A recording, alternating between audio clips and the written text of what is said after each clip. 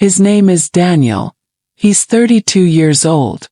A simple man with simple dreams.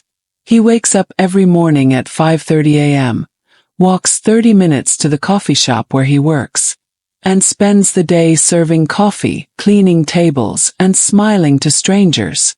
He doesn't own a car. He doesn't have a fancy watch. He barely makes enough to pay rent. But he has Mia, his wife, his light, his everything. They live in a small one-bedroom apartment. The walls are thin. The kitchen is old. The bathroom leaks. But to them it's home. Mia teaches piano in the evenings. She has 4 students. On weekends she sings at weddings. Her voice is soft, pure. The kind of voice that makes people stop and listen. They met 6 years ago at a bus stop. It was raining. Daniel had no umbrella. Mia offered to share hers. That 5-minute ride turned into a forever story. They married 2 years later. With borrowed rings, homemade cake, and a promise. No matter how poor we are, we will always be rich in love. And for 5 years that promise stayed true.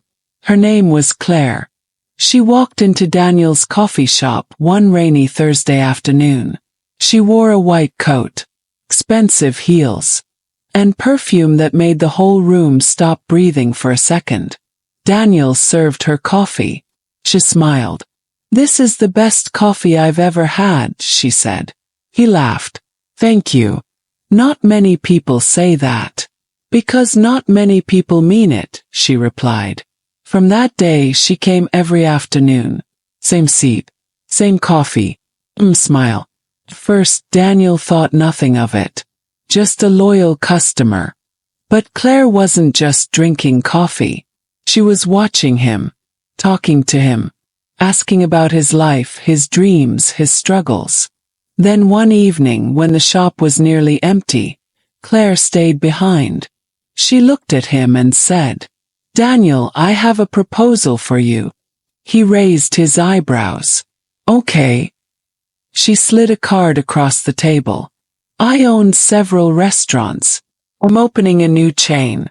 I want you to manage one." Daniel laughed nervously. "Me?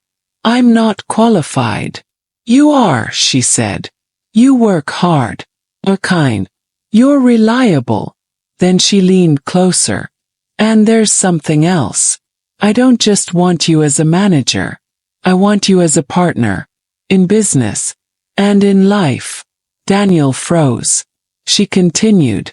"I know you're married. But think about it. With me you'll have a new life. Car. House. Travel. Success. No more struggling.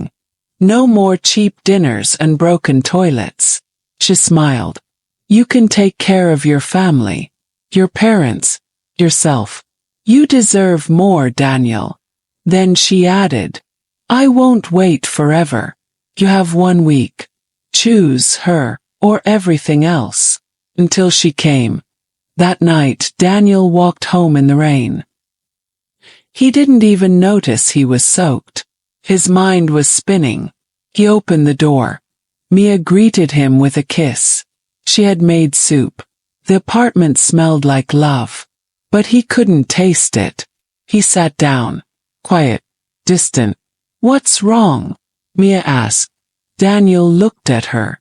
"Mia, I have to tell you something." He told her everything. Every word. Every look. Every offer. Mia didn't cry. She didn't scream. She just looked at him. Deeply. As if searching for the truth inside his heart. Then she asked, "So, who will you choose?" Daniel said nothing. Mia stood up, walked to the window, looked outside. Then she spoke, softly, but clearly. "If you choose me, you will stay poor. We will struggle. You will fix the sink every month and pray the fridge doesn't die. But you will have my love. Every morning, every night, even when my hair turns gray. Even when we're too old to dance." She turned to face him. "If you choose her, you will have money, success, comfort. But not me. Not this. A long silence.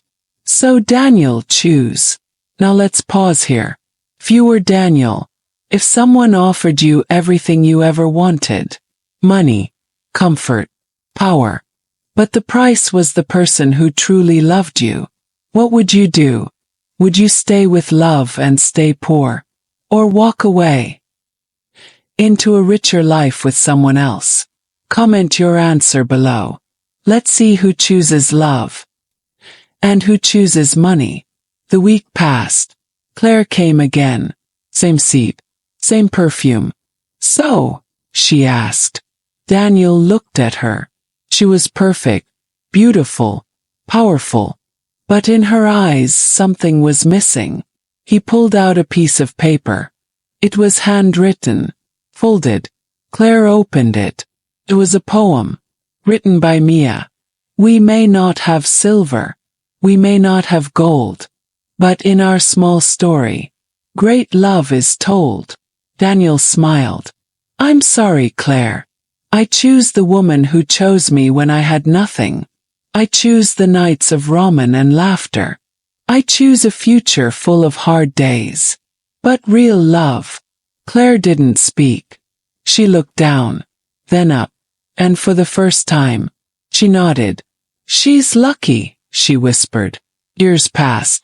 Daniel never got rich. But the coffee shop grew. He bought it. He called it Mia's Corner. Every table had a tiny flower. And on the wall, the poem. Mia kept teaching music, singing on weekends.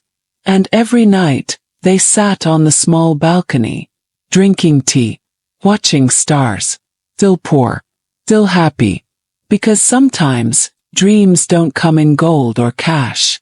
Sometimes, they come in the form of a quiet hand holding yours. At the end of a long day, if someone offered you the world, but it meant losing the person who makes your world worth living, would you say yes? Or would you stay for love?